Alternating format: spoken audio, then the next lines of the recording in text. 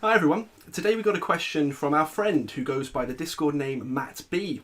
And he says, my curiosity was piqued when, in a recent video, you touched upon the subject of the so-called dopaminergic system, spoken of by cognitive scientists. By an odd coincidence, I had just been discussing ADHD with my girlfriend, who referred to a study that she'd read, which claimed a correlation between ADHD and low hormone levels. If it's true that dopamine is a kind of neurochemical reward given to facilitate the seeking of a goal, then given everything that's been covered on the channel with respect to instinctual drives having their own aims, might it be safe to theorise that, at least in some cases, what manifests at the level of cognition as a so-called dopamine deficiency, or ADHD, might actually be the result of a disruption to instinctual development at the biological level, which might also correspond to hormonal aberrations? If so, is there hope such a dopamine deficiency can be resolved once the instincts are back online in a sufferer who is still relatively young? What do you guys think? Well, I'd be very careful about reducing it to dopamine. Dopamine's definitely involved, but if you regulate dopamine purely as a variable on its own, you're going to get effects that you weren't looking for either way. Too much dopamine, too little dopamine. So although it's involved, its regulation would have to be very, very specific for the pathways concerned. So that would be an issue, I think, to look at. ADHD in it of itself is problematical. Back in the 1980s, it was popularly connected with dyslexia. It probably still is. And I say fashionable because that's where the problem was. I mean, you know, don't you, Paul, about how that was treated with respect to particularly female teachers and young males in school? Yeah, I think without a doubt, and we've probably told this story a few times, you know, in our videos with respect to our own son. And I can remember at sort of age 4, age 5, being told by one of the female teachers, I think she was his form teacher at the time, that she'd expected more of Gareth, for him to be more grown up than he was. And the implication was that he couldn't sit still for very long and therefore was disruptive in class and wasn't really learning anything and so on. And certainly now looking back after all this time, I think it was just a gradual process of disengagement by him because his instincts weren't being fulfilled. I mean, what a ridiculous thing really to tell a 4 or 5-year-old boy that he has to, you know, sit still and be good and listen and be attentive for however many hours a day that he's in school. And they have a quick burst of activity at playtime, but I don't think it's anything like enough to satisfy that need. And children particularly are going to have a heightened play instinct. They're going to have a heightened seeking system as well. I mean, how else do they learn about the world? But it's so easy to sort of imply in the child that somehow the fault is in the child and it's not in the teacher or the system to which you know they're having to conform. So, you know, it's done. This labelling of young lads with ADHD has done so much damage, a tremendous amount of damage. And young boys by nature, they're into rough and tumble games. They, by and large, tend to be more physical than girls. And I think it's just sad that the majority of teachers probably during the early years are female, and I don't think they take that into account enough. No. And at least as I think we're discussing here, lots of problems later in life as well, because once you've been given that label, it tends to stick. It does, yeah, it does. I think it's a great shame. I think it's done a lot of damage, and like you say, Steve, those attitudes have been around a long time as well. Yeah, what do you think, James? Well, I'm thinking about the more biochemical side. So dopamine it's a meme actually online, which is a little bit surprising, more so than say something like serotonin is. But if you take the standard suite of, say, recreational drugs someone might use, whether that be ecstasy or cocaine or heroin or whatever it is, they usually operate serotonergically or dopaminergically.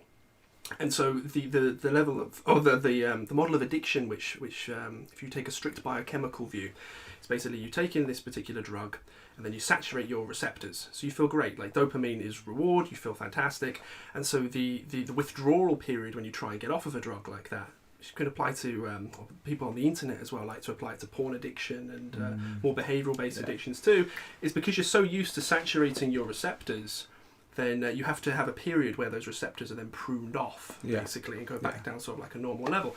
But that's not going to be the mechanism through which hypnotherapy works, for example. And I just bring that up because it goes to show that what's happening in terms of pure dopamine at the level of addiction and or reward system and stuff like that, like is being mentioned here, can be completely bypassed through the use of hypnotherapy. They're not the same thing. So when you say something like dopamine deficiency in that kind of sense, it's going to be more complicated than that. It is. Both, for example, with that idea of addiction, but also with something like ADHD. I feel it's important to say something like that too, because it's such a huge meme at the moment, the dopamine detox idea.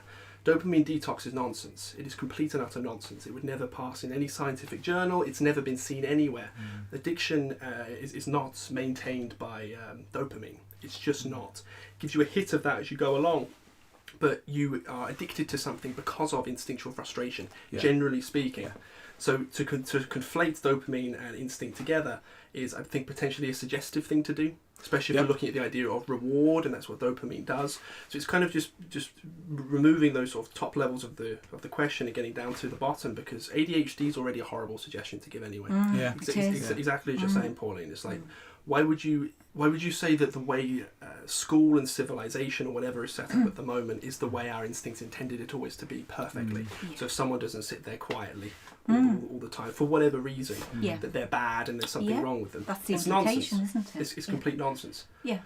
So that's what I say on that front. It's like anything you should find online. This obviously is not directed necessarily at Matt B, who asked the question, just in general, that talks about dopamine detox, dopamine deficiency, anything like that. I would just throw it straight in the bin. Sorry to interrupt you. Could I just ask then, James, I mean, how would you test for those levels? Presumably blood tests? For dopamine? For Oh, the issue with dopamine is dopamine's not just involved in the reward centre in the brain. Dopamine's involved with tons of stuff as well, as is serotonin too. So if you did a dopamine detox or you had dopamine deficiency, you would have, well, first of all, you'd have issues in terms of achieving reward, or that's that feeling of reward. But how do you know you're deficient in the first place? You might get you wouldn't be able to move. That'd be one of them. That would be the easiest test. Parkinson's disease. Parkinson's disease. And then you've got issues of depression versus mania as well. So when you start, tinkering around with an extrinsic substance like that, where the brain hasn't produced it naturally and is regulating it properly, in the context of several other systems, you're going to cause problems. And then you'll get secondary beliefs like this being tacked on to justify a whole ecology of nonsense, which you get in the psychological field anyway. You do. But people who have too much dopamine tend to be manic. People who have too little tend to be depressed, or they develop something like Parkinson's disease. But that's for a real, neurological purpose, an intrinsic, endogenous cause. I mean, the reason I ask that is because sometimes with other hormones, for example, say with something like insulin or thyroxine, for example, often it can be available to the body, but you do have problems with uptake in terms of the receptors registering it's there. So these are all sort of caveats that you have to build in and get a bigger picture about what's going on. At the systems biology level, it could be level of dopamine itself is either high or low, or it could be the receptors you're pointing. It could be the reuptake into the presynaptic neuron. It could be the enzyme that then breaks that down in the presynaptic or the postsynaptic neuron. It could be all over the place. But I find it to bring in just hypnotherapy, how quickly that can remove, say, an addiction. We're not looking at changing global across the entire brain dopaminergic signalling at all. It's mediated through some other means. Because someone, if we use serotonin as the other example, say high status and low status in a colloquial sense, we say that's high serotonin, low serotonin, you can still have the same therapeutic efficacy on someone regardless of their psychosocial status. So that's, I guess, avoids a bioreductionist critique as well. It's like, it's important, but stuff like this is just a hypnotic suggestion at the end of the day. I can bring an example in here, which has nothing to do particularly with any of that, but as you mentioned, the efficacy of hypnotherapy. Over 30 years ago, I worked with a woman who had very high cholesterol levels, an elderly lady, and her cardiac consultant was going to put her on drugs that would affect her liver and would reduce cholesterol. Because cholesterol really is not a dietary issue, it has to do with the liver fundamentally. And before she had her consultation with the consultant, the final one, her GP asked me to see if I could use hypnotherapy to alter her cholesterol levels, and I did, and I got the results, and the consultant was astonished. How can you do that? Didn't believe it was possible. We've done that with lots of different people. We've used hypnosis with people who've got endogenous depression. We've affected the neurochemistry of the brain. Permanently, we've reversed depression using that. So yes, there is something else at work when you use hypnosis properly, the right kind of approach to it. And really what that is the overall context of a human being and all of the different systems, including sometimes the intentionality unconsciously of why a particular symptom or issue has emerged. When you can get down to that level where everything is regulated, other systems then change. But if you focus on something purely like the biochemistry, you may get a result. You'll likely get side effects that were unintended. All sorts of issues can emerge from there. So yeah, I totally agree with that. But that was cholesterol. That was regulated right down within the normal range using hypnosis with an elderly woman. And, which is thought to be impossible. It's thought to be impossible, but we did it. Yes, we did that kind of thing time and time again, because people are very, very complicated in terms of their organisation.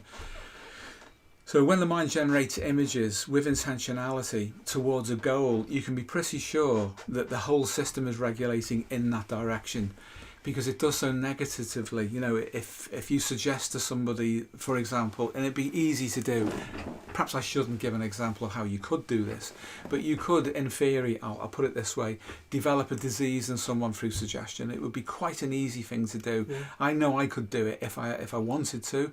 If I was malintentioned, I could easily do that. I could start to affect somebody's physiology and they would develop a disease as a result. That's how powerful this can be. You can reverse things. You can do incredible things. Well, that's the power of the biopsychosocial model, isn't it? It is, yes. Like biology can clearly affect psychology. Yeah. And then the psychology, or that's how, hit the therapeutic words, psychosocially will then enter the human being, transduce down into biology. Yeah. It's like Engel meets Rossi, I guess you could say. Absolutely. Yeah, absolutely. They're just different lenses, you know. When we talk about biology, we're choosing a lens within which to view a very, very complicated, multi-systemic phenomenon, which is a human being within their psychological and their social context. That's when we look at their biology. We're kind of missing the other two if we resolve down only to that. So if we can use the other lenses as well, look for overlap, that kind of thing, and specifically through the biopsychosocial approach that we use, we're looking at how information translates from one system into another. We find that the boundaries don't exist in the way that people think that they do. This mind-body issue, it's like the old nature-nurture debate, which thankfully is being regarded at last for what it is, a pile of nonsense. The separation between mind and body is false, and it has to do with the lens that you look through. You choose to look through. You have to say that I'm going to look at the mind as if it were some kind of separate substance, or the body is a fundamental thing and the mind is different. You get this even in medicine as well, and it's wrong. It's not that way at all. You're choosing a perspective, and that necessarily excludes others. Is there anything that you guys have noticed particularly in your clinical work on ADHD? Obviously it's like instinctual drives, but is there anything deeper that we could go into with that, do you reckon? Once people start to get medication for that, then they suffer from the medication and the medication side effects, and then also the reinforcement for that from others to say, but because you've got side effects, this is the kind of circular logic that they have, you must have the condition because it's worse, therefore you did have the problem in the first place. That kind of reasoning, it's utter nonsense. The context of a person, isn't it, that needs to be taken into consideration. Well, it does. The reward then it comes in the form of, oh, you're a good little boy or girl now because you're fitting in. You're doing as we want you to do. You are more controllable. You're less of a problem to us, and you're kind of being reinforced for something which is unnatural, actually, to that particular individual. So, and goodness knows how that would then feed back into the state of that particular girl or boy's hormonal profile. This is where everything is interrelated in a systemic way, isn't it? So it's very easy through suggestion to create an illness in a person. You can even create a disease, you can create a psychological issue, a psychosocial issue, or any combination thereof. And so we've helped a lot of people with ADHD, and it's always a case of what is the context of this human being, who is influencing them. That's the first thing you need to understand. Get that into perspective, and then you'll start to see how the recipe, if you like, has been put together to create what presents in front of you clinically at that time, of which the diagnosis is only one part. You need to look at everything and then start to make the necessary changes. I think the perspective is usually though when they come to you that this person, whether it's a child or an adult, are a problem to other people in some way. That tends to be the context, doesn't it? And again, you know, it's such a pejorative thing to say to someone to make that suggestion. I know what my instincts are. When I've worked with young men who've had this, I feel, dare I say it, and I'm going to say it, a mentoring instinct come out of me, if there is such a thing as that, which is that this person needs some kind of help and guidance to get them out of the mess that they're in. And if they have sufficient support, they'll be able to do it.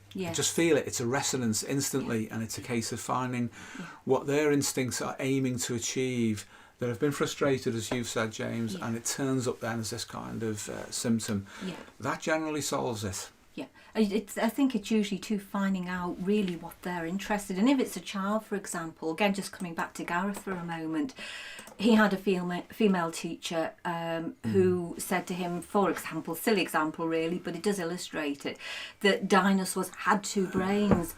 And from that moment on, in his mind, because he was a bright lad, she completely lost credibility. So he disengaged. And on one of his our parents' evenings, he said that his favourite lesson was playtime. Well, that was probably the only time which he could express his instincts properly and think about how ridiculous that particular suggestion was by that particular teacher.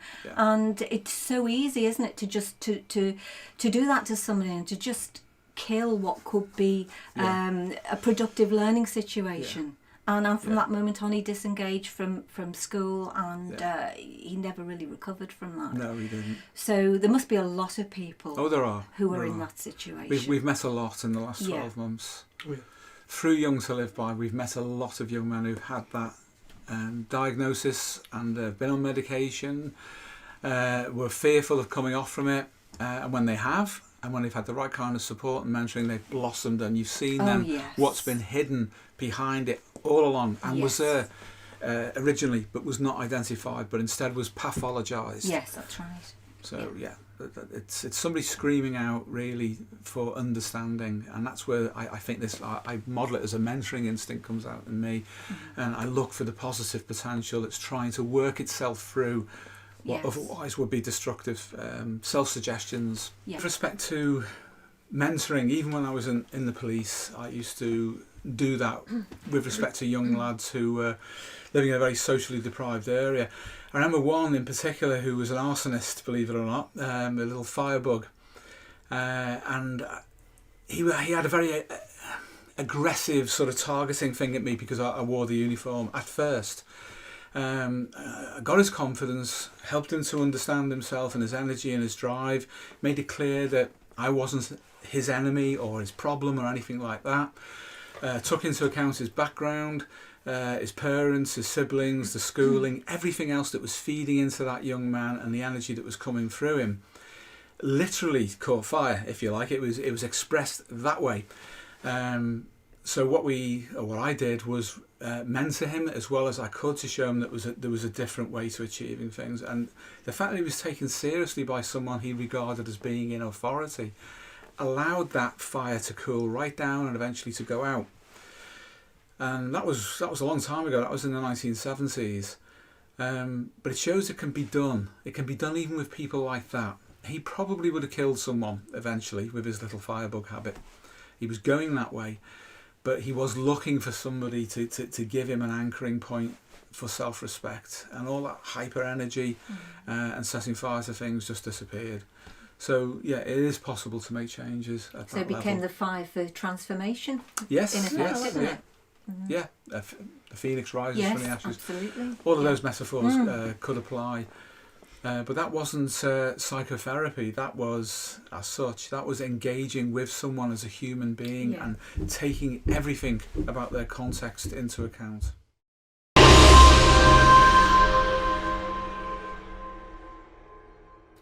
Hi everyone. Today we've got a question from one of our viewers who goes by the name of CP, and he or she says, "Hello Steve, Pauline and James. Hi. In today's society, promiscuity seems to be far more prominent than it ever has been before. Sexual encounters are frivolous and they lack much meaning. In your opinion, what are the consequences on both men and particularly women when engaging in this sort of lifestyle? I'd love to hear your thoughts on the topic. Thanks and appreciate all of your work." Well, thank you, CP.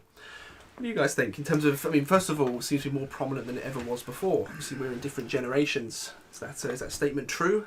I would say not. Yes, I'd agree with that. I think there's more media representation of it, but definitely I would say not. Even within our lifetime, if you go back to the 1960s, promiscuity was like, free love and all the rest of it, and that was being pushed out all the time. The hippies, in my parents' generation in the Second World War, it was just like everywhere. So no, I don't think it's any different in that sense. It is different though in the culture behind the promiscuity that we have now, because everything has a context. So if you take promiscuity and say, okay, that's always going to happen, what's the context? The context is, as I say, the culture. What's going on right now?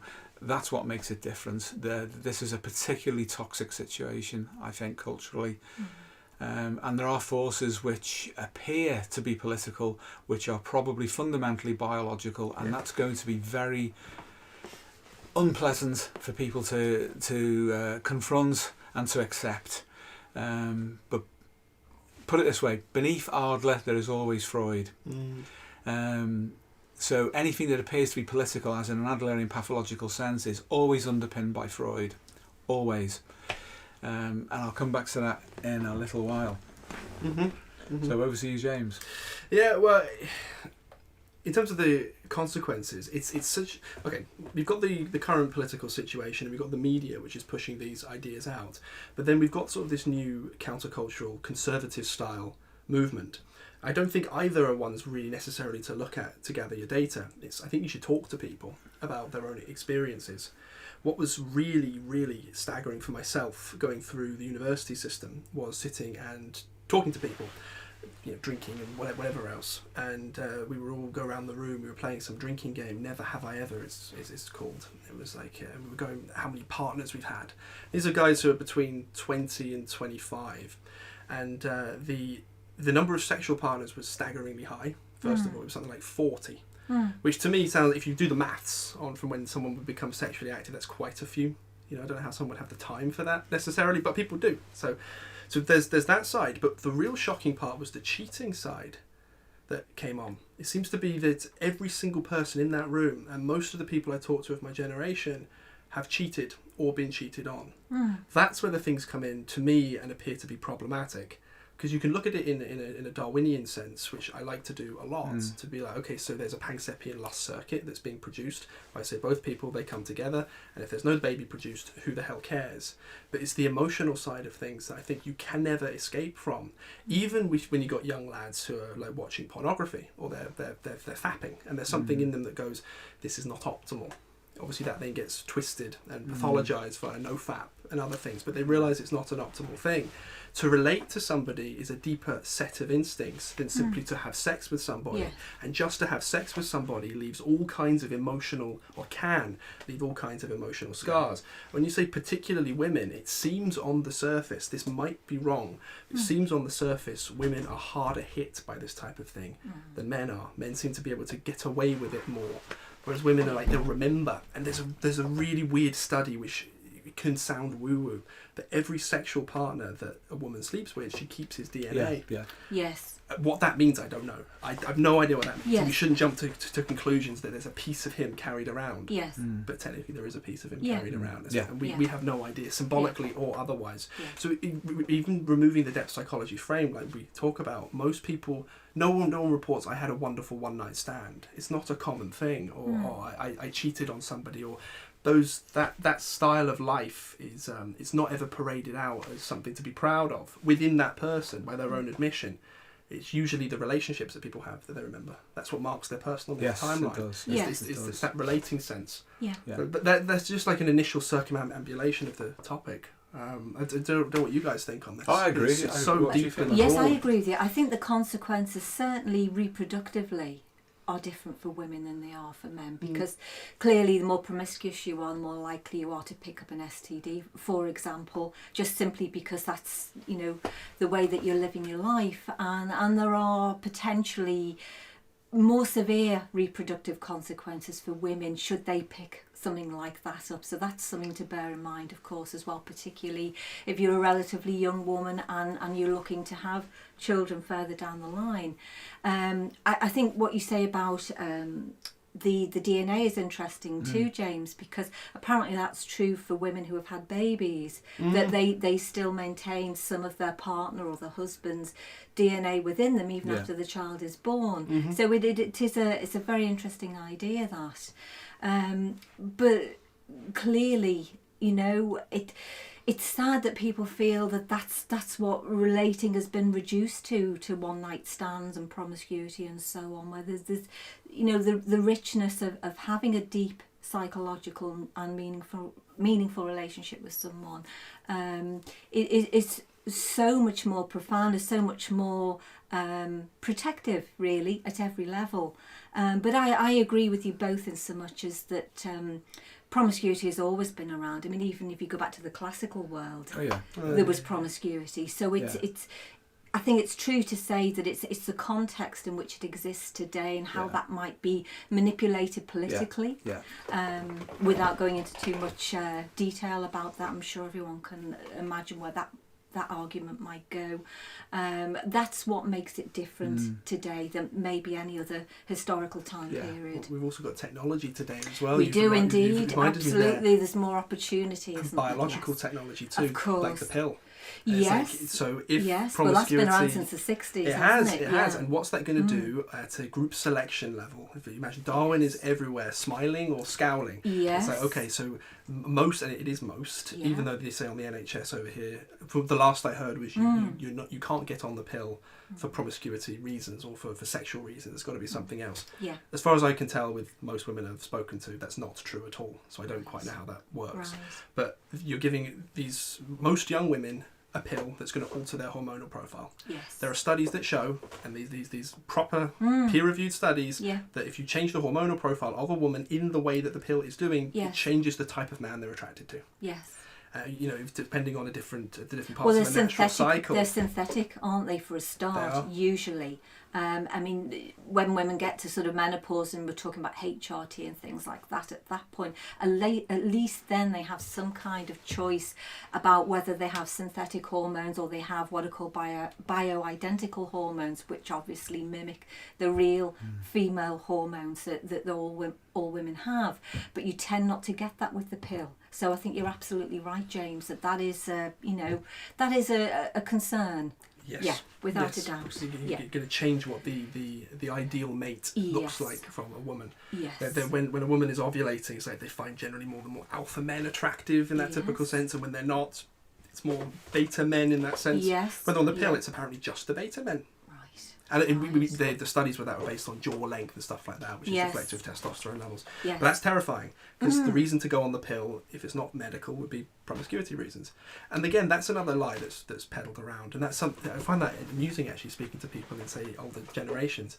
My generation is under the impression if you go anywhere near someone of the opposite sex, you're going to get them pregnant straight away. Oh yeah. But most people who are older are like, actually, no, it takes years to get pregnant. It can do. And it's Absolutely, like, so it can. why the necessity to go on the pill and Yes. everything else straight away as soon as you turn 12? You know what I mean? Yes. There's a lot of strangeness, and we haven't run the experiment long enough. Culturally, we haven't done it. Yes. So yeah, maybe, absolutely. You know, would you choose to engage if you were looking at the culture from the outside in? I don't think you would. Most people would not. Yes. Yeah. So it begs the question, doesn't it, which is probably going to be maybe more than we can answer here. Why are things being manipulated in the way that they are, to what ends? Yes. And I think you're suggesting, James, aren't you really, that it's changing the face of relationships at lots of different levels, and what is the intention behind that? Even the pill is part of this cultural shit test that we've spoken about before. Yes. If women will find less masculine men attractive, it's part of the shit test. It is. But it's a part of the shit test you can't really argue with. Really. It's way harder to argue with literally changing your hormonal profile. Yes. Culturally, you can change yourself and stand up to it politically, but biologically, you're in trouble. Yes. And it's not a drastic change, but it's the start. And it's like, if this has only been around for 50, 60 years, where is this going to go to? That echoes what you were saying, Steve, about what's underneath it all. Yeah.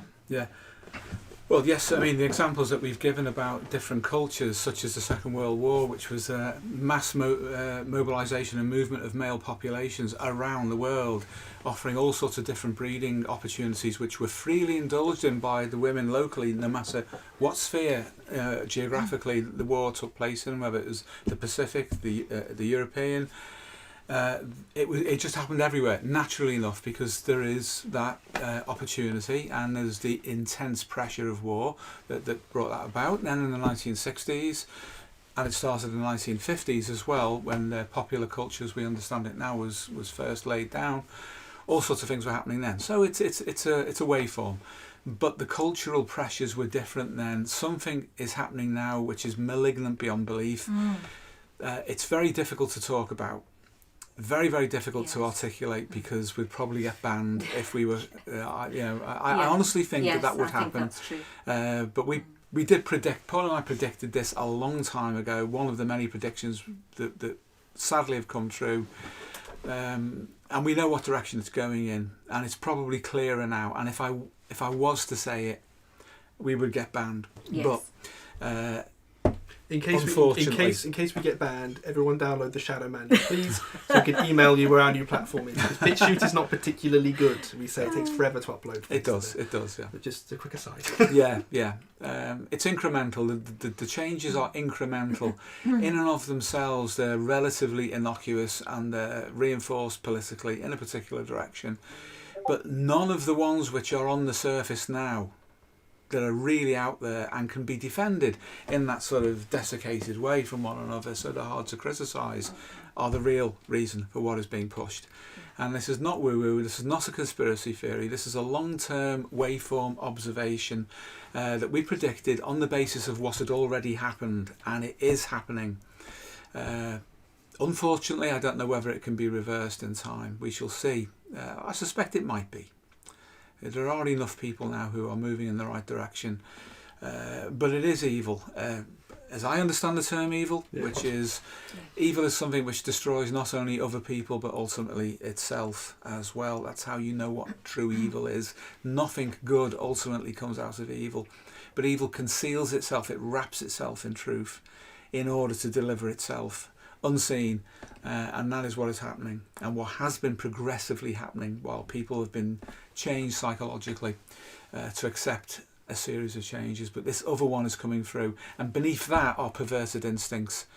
When instincts become perverted, that's it. That is really it. A culture is finished at that point, because it can no longer sustain itself. But we can't talk about it on YouTube, unfortunately. So what's the solution? The solution is more Jung To Live By. I completely agree with that. Yeah, definitely. Well, growing up, actually, it's potentially synchronous, to be honest. Growing up, the media I would consume when I was like 14, 15, something like that, was very, very sexualized. Not like, naked ladies and things like that, but it was the idea of a young man needs to go out and sow his seed. And I remember there being a lot of anxiety in me about that, to be honest, and my friends around myself who were always fairly, say, lower status in the social hierarchy. But it's not fulfilling. It's not fulfilling in that sense, and I'm not saying that as a moral thing. It's that people will never come forward and say, my happiest memories were when I shagged that bloke, or I had that fling with that one person. It's never. We'll say the family photos or something when you've had your partner, you're growing old, things I've not yet experienced, but that's what you see always. That's the way everyone has always done it. People promise. It's not like saying never have sex outside of wedlock. It's not that simple. It's not that black and white. But it's the thing which your genome is looking for is the other half of your soul. That's a ton of what is in there. It is. It's talking about tracing the anima and the platonic form. It's all in there, and it's like that's what the genome is looking for. That's the optimum. The genome wants to mate and then relate. That's the part as well that people forget. And in a Darwinian context, the relating is so important because you can mate and you produce loads of offspring. It's like fantastic. But then what? If they can't relate and you can't relate and the society can't relate at all levels of that biopsychosocial stack, there's no point in mating in the first place. No. It's just going to fall apart. Best to have it in the same person. Mating and relating with the same person if you possibly can. Yes. If you're mating and relating with several different people, then you've got all the other instinctual drives to come forward as well, and that'd be Freudian, then Adlerian from that. It's all in the theory, and it's all. If you don't have to look at the theory, just look at the past and look at what you want. So. But of course, as you say, you can't really talk about things like that. You can't, but we all know it's going on. Yeah. And that's the problem. Yeah. That's the problem. There's been a mass in the West, anyway, catabolic, entropic, or however you want to call it, cultural process that's been underway for decades, and it's heading towards its telic finality, and it's not very nice. Not very nice at all. There are environmental factors too, apparently, aren't there, too, with which are affecting men's testosterone levels. Plummeting, aren't they? Yes, which appear to be to do with... And sperm counts. And sperm counts, to do with plastics, hard plastics. Xenoestrogens, Yes, So, it's coming at men, young men, from a lot of different directions, unfortunately, isn't it? It is. Yeah. It is. Very, very sad situation. Yeah. Well, you got videos on the channel talking about somewhat of the antidote to this kind of thing in the self-confirmation video that we did. Indeed, I think the Father Complex series in general is very, very useful for this type of stuff, and any video we've done on the anima. We've one wedding the animal, or creating a vessel for the animal, for the anima to become man enough to wed her, and that kind of thing. So it sounds depressing what we're talking about, but this is basically what we've been building up to on the channel for a long time. It's one of those themes to live. Well, to live, I guess, in the tradition of the depth psychologists, if you include the biological layer too. Actually, you do have to create a vessel for the animal, for the instincts, in effect. You do, actually, don't you? And if you do that, and you can contain it, and you've got the relating side as well in there, in the context of a relation, you've got everything you need in one place, in one person, potentially. That's, again, not, as Steve said, not to take a moral position on it, but simply to say that's as good as it gets, and obviously, it's not a perfect world, no one's suggesting that, but if you can get as close to that as possible, even if you've made mistakes, that's as good as it gets. Yes. So what are you going to trust, your genome with the voice of your ancestors, or the toxic culture? So that is like this type of stuff will vaccinate you immediately against all of the nonsense that's going on, as best you possibly can. I think everyone feels that. Everyone feels that.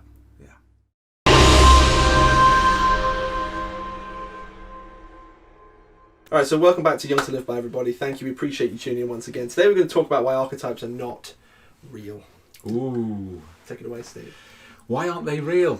Well, if you mistake the archetypal image for the so-called archetype in itself, then that's a Jungian perspective on why the archetypal image isn't real as such. It's a cultural representation. The problem is with these named things is that you're looking at a cultural narrative, and if you take a so-called archetype out of its context, it becomes, as we've said before, a non-playable character. It loses everything. They're not real in the sense that most people who follow Jung believe that they're real. They are real, but not in that way. And it's going to be a hard, very, very hard red pill to swallow for a lot of people who follow Jung. Really, really is. Well, we did a video a while back. It was one that I'm not even sure was meant to necessarily be put out. I think we were talking off camera. And we called it like Archetypes, an Essential Introductory Guide.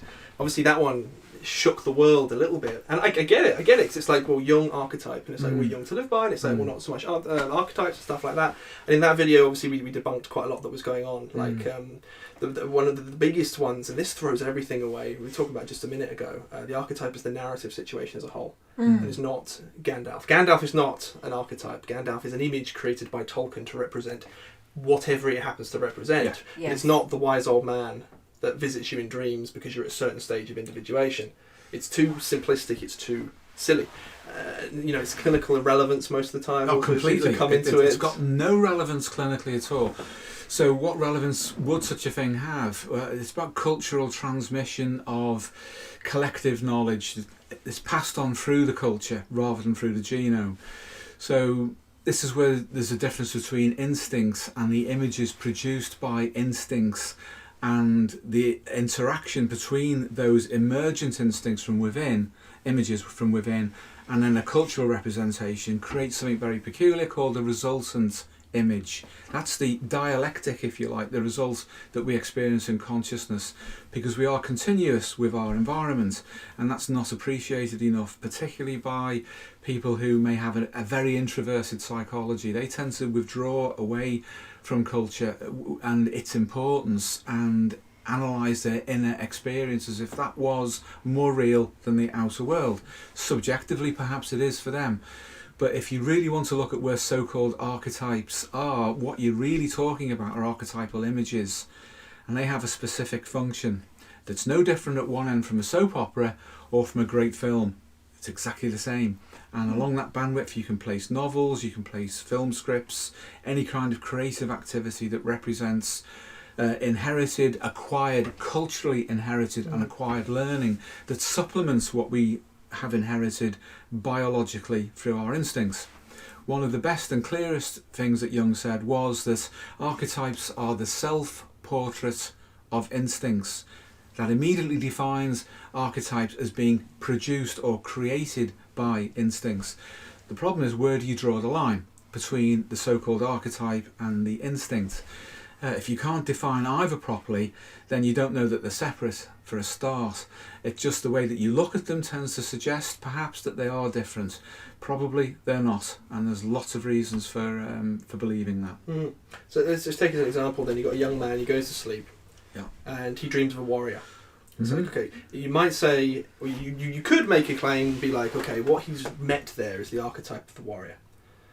We wouldn't say that that's true. It's an archetypal image that comes in the form of a warrior, but you go beneath that and what that might mean to determine the meaning of the symbol in that person's particular context. Yes. So it could represent, just on the surface, about 50 different things. Yeah. It could, because you always start with personal associations, don't you? Yes. So to call it an archetype in that sense, it's like, okay, maybe technically there's an blah blah blah blah.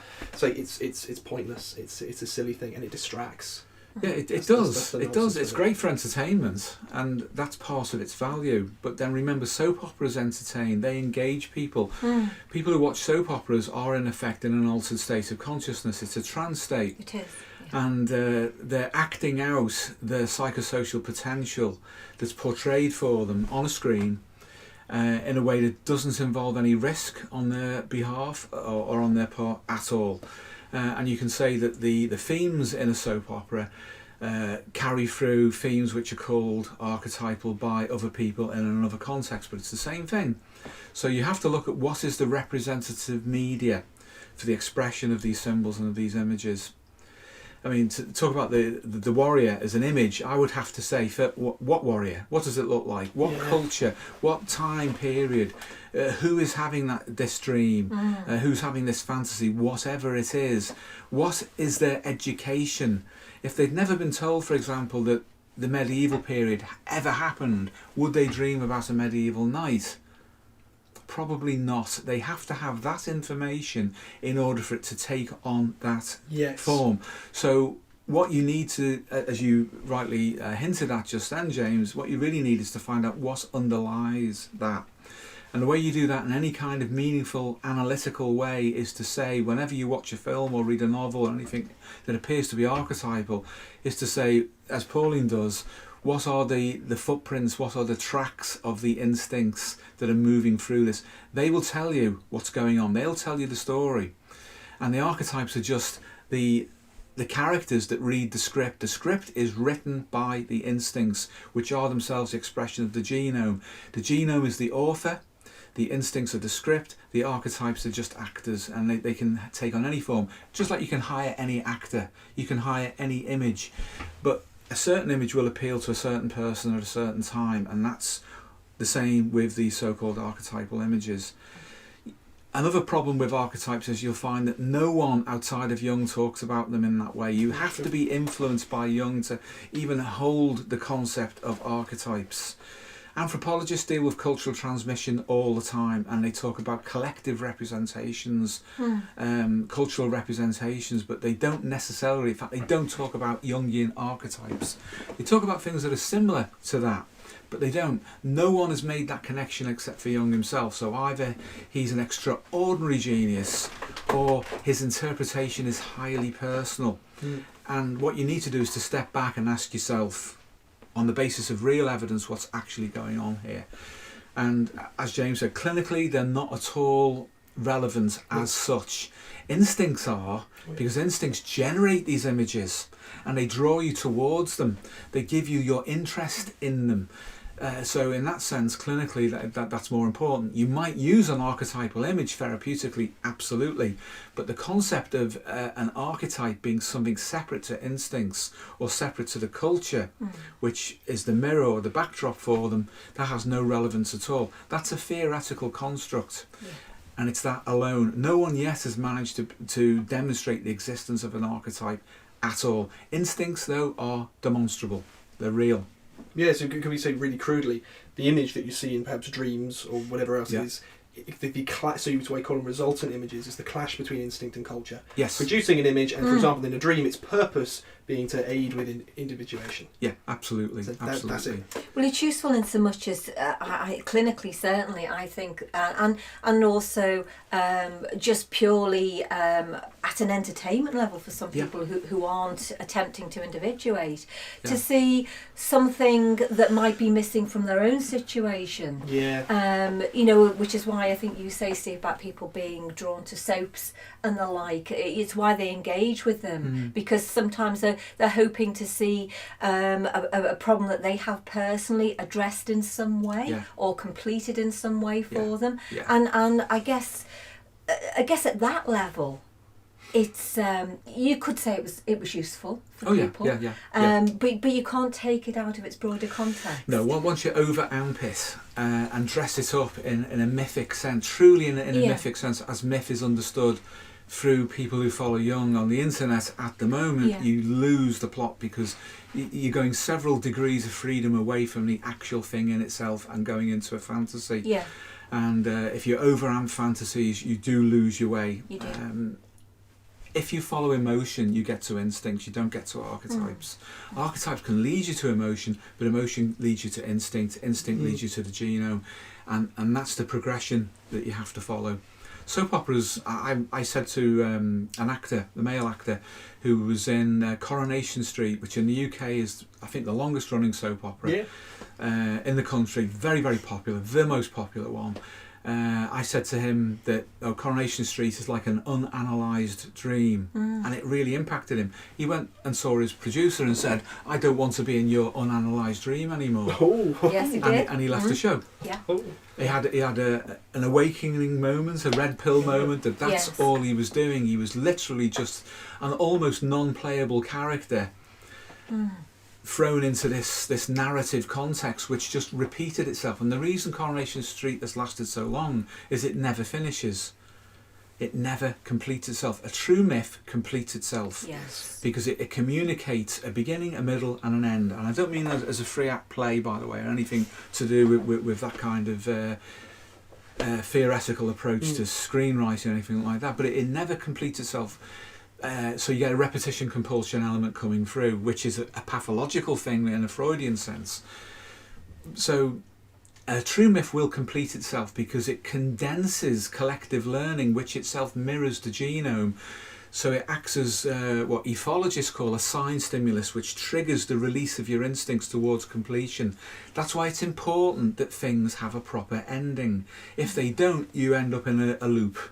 And that's the repetition compulsion that you get with Freudian psychopathology, where people are trying to work out something, they don't get there, so they do it again, and they do it again, and they do it again, over and over again. OCD with the compulsive thoughts element, or obsessional thoughts element, according to Freud, is that it's trying to solve a problem the wrong way, and they repeatedly do it. It's a misfired attempt at self-cure. So soap operas are popular because they pull you in, but they don't complete, so people just watch them over and over again. But a true myth completes itself, and it's a narrative, and the so-called archetypes are characters within the myth, within the narrative structure. Take them out of that, they're dead. If you take that Gandalf out and put him in Coronation Street, it would be completely... I'd prefer that, actually. It would be Coronation funny. Street that way. It would be amusing, but he would probably be, to make it real for Coronation Street, he would have to be turned into something pathological. This would be some nutjob who lived down the road, some strange guy who was maybe on drugs or drinking, who thought he had woo-woo powers, and then he's carted off to the mental hospital. Poor Gandalf, dear Well, me. yeah, but that would happen if you put him into Coronation Street, Yeah. because you're taking him out of his narrative context. Mm. And if you put someone out of the Rover's Return, the pub, you know, one of the barmaids, into something which is on a different scale, say the kind of place where Gandalf comes from, that would look rather strange as well. Or that figure couldn't play out properly. Yeah. They would have to be woven into the narrative. So please understand that the narrative is the important thing. Jung said archetypes are whole situations, not individuals. You might have an attractor element within that, which might be a specific figure, which you could say is the wise old man. But you know, a lot of old men are fools. They're not all wise. No, that's true. You'd have to ask yourself, well, what is it about a wise old man? What does a wise old man offer? Well, that's collective memory and experience, which is passed on culturally. So the wise old man is a cultural figure. Yeah, it's a not distillation of It's that, a isn't it? distillation of ancestral experience to be passed on. It's not you. It's not something you've got inside yourself. It's something you have to go to interact with in the culture to secure your survival and the survival of your family group and your tribe. That's where it comes from. It's not some image of the self archetype or anything like that. Completely different. So the old men that appear in my dreams, they don't actually, to be fair. I don't normally dream about old men. But so they're not going to lead me to eternal salvation? No. Okay. No. Okay. No. You go on. Firstly, you were talking about this at the weekend, weren't you, on one of our training courses, and in the context of a piece of your own work, Yeah. Sharma, for Yeah. example, Yeah. where I think these things are, or the characters sort of illustrate Yeah. this beautifully, really. Thank you. We were talking about Thanatos, weren't we, in particular? And Yeah, we talked about the concept of Thanatos, which is, if you like, you could sum that up as a death instinct. Freud didn't use the term, his followers did, but he talked about a cluster of death instincts. And this came about when he saw the horrors of the First World War and the insanity of young men throwing their lives away, and the way that the culture just allowed that to happen, and it seemed to contradict Eros, the life force. So he said, well, there must be, its opposite obviously exists, and it's working itself through. That particular story that Pauline's just mentioned was written as a myth, if you like. I was asked to do it by a Hollywood producer as a challenge, because he asked if I could write a script for him. I said, yeah, I could. So he said, well, how quickly can you do it? And I said, well, I'll tell you what I know about you. And it was just a few little pointers as triggers, and I delivered a shooting script in 10 days based on that was mythic in structure and had everything there, all present. But it's my point is, it's a full narrative. It's a full narrative, and without that, none of it means anything. No, it wouldn't do. Yeah. No. Which is important to understand. Maybe you could try and put Gandalf in the story and see what happens. Oh, please. That would be so inauthentic, because it's someone else's creation, and that's the thing. A true archetype within a narrative will translate into another narrative. Yes. Because it's universal. Yes. Gandalf has some traits which will carry over, but not characteristics. Yes. That's a different thing. The traits are the essentials, the characteristics are more individual. So to be a true archetype, if such a thing is possible within a narrative, it must be so universal that it will carry over anywhere.